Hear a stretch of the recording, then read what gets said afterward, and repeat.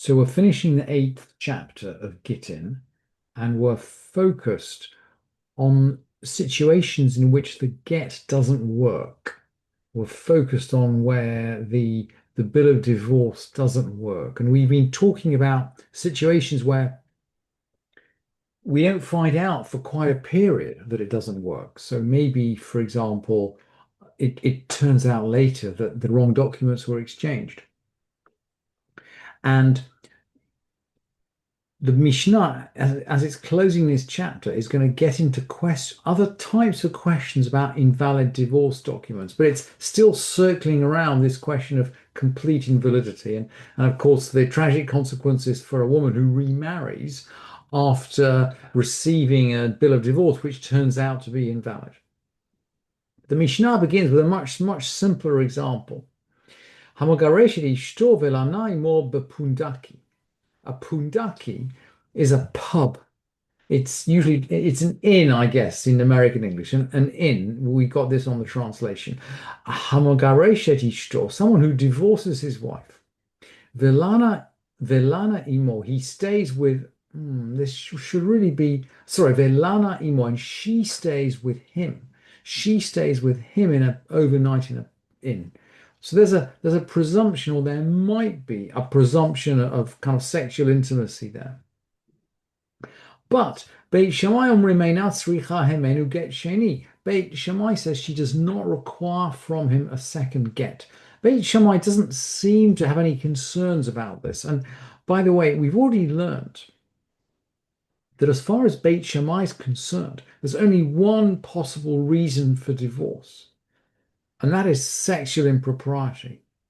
In which case, she's already forbidden to him, and perhaps Beit Shammai recognize this. Perhaps they recognize this. But as far as Beit Hillel is concerned, anything can be a reason for divorce. I mean, spoiling the soup could be a reason for divorce. And of course, if anything can be a reason for divorce, there's a possibility of reconciliation. So Beit Hillel omrim, tzricha mimenu get sheni. Beit Hillel says she requires a second get. And Beit Hillel seem to be anxious that they'll get together again in a moment of passion. But of course, it's maybe that means that they are remarried. And we'll learn when we get into the tractate of Kiddushin, a betrothal, that sex is one of the ways in which you can become betrothed from a legal point of view. The rabbis don't like it very much. They strongly discourage it. They hardly mention it in the tractate. But most of the tractate of betrothal is deals with silver or with document, which are much more socially acceptable ways of getting betrothed. But Beit Hillel seem to be anxious about this, that there's going to be sexual intimacy, betrothal, maybe we'll need a second get. And they made this a little bit clearer in the second half of the Mishnah.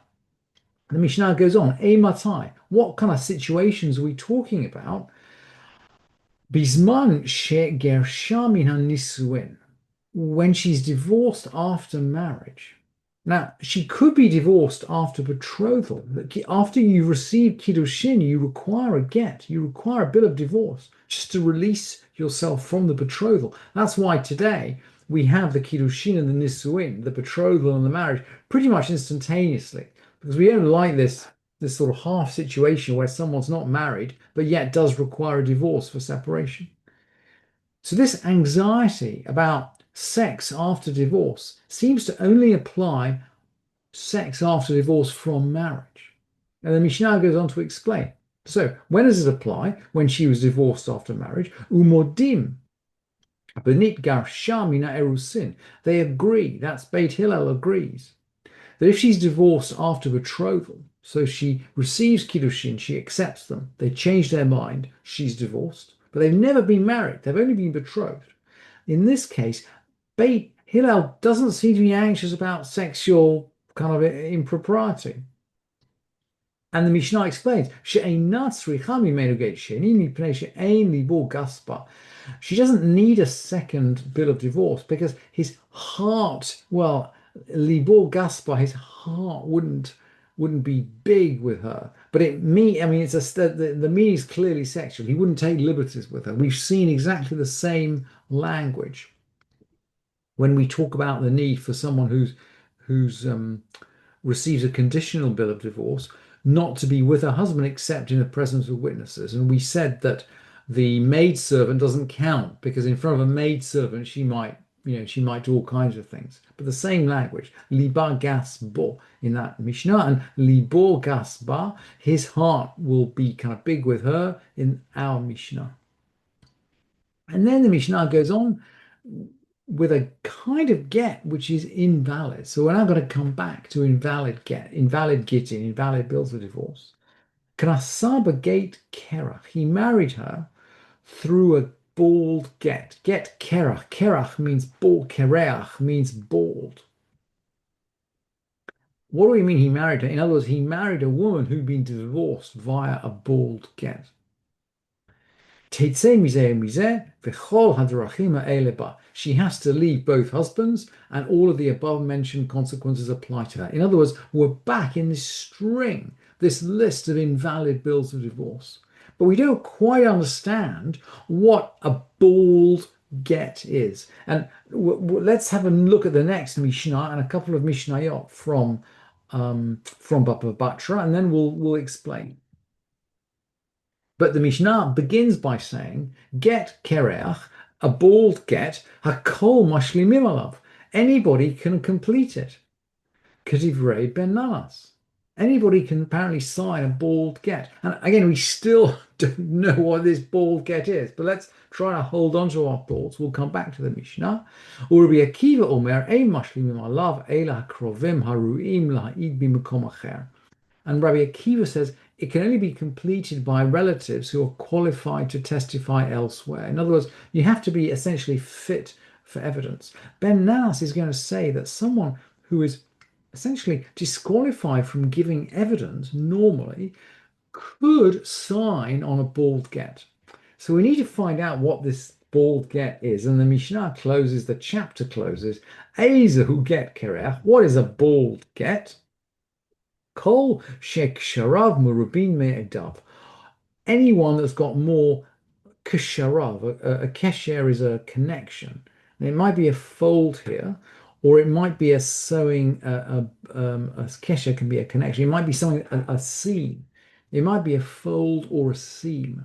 And we're going to see, by the way, that the Mishnah seems to use these terms interchangeably because documents were folded and they were sewn. So actually the sewing would be on the seam. So whether it's a seam or whether it's a fold, we don't know, but we can visualize this document. And I'm sorry I don't have a picture of it. I was looking for a picture of it. I couldn't find a picture. This document is sewn and folded, and it is then signed over the folds, over the sewing, which is on the folds, so that if it's undone, then of course the signature will be broken. So we can see immediately whether it's been forged or not. And of course, every fold needs a signature. In order to protect it from forgery, every fold needs a signature. So it's never going to be opened unless it's absolutely needed, unless it needs to be inspected. So let's go back and let's have a look at Baba Batra. Get pashut, a dav mitucho. A simple get has got signatures within it, i.e. the signature sign at the bottom of the page. Umakushar, a dav me'achorav. If it's a sewn document, it's got the signatures on its back. And if that's not the case, it doesn't work. So if it's a simple document and they sign on the back, or if it's a sewn document and they sign within, it doesn't work. It's invalid. And an ordinary document has got two witnesses. Get pashut edav bishnaim. An ordinary document's got two witnesses. Umakushar bishlosha. A tied document has three witnesses.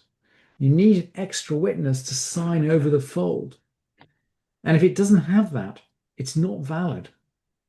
It's not valid. It's got to have one additional witness for each fold. But these of course are not the same as the witnesses for writing the get or the witnesses for giving the get. And we know these have to be kosher witnesses. These are just witnesses over the essentially the sealing up, the folding over of this contract. And now, because we see this is just all they're really doing is certifying the integrity of the document, now we can see why Ben Nanas says, get kereach hakol mashlimin alav kedivrei. Get kereach hakol mashlimim alav. Anybody can complete a bald get. So thinking through to Ben Nanas's situation, maybe this it's got 10 folds in it. So it requires a signature, 10 signatures. So it's a lot of people, but all they're doing is testifying to the integrity of the document. So Ben Nanas doesn't seem to be worried if they go out and they just find 10 people to sign off on this document. And of course, if the signature is broken, then we know that the document might have been forged.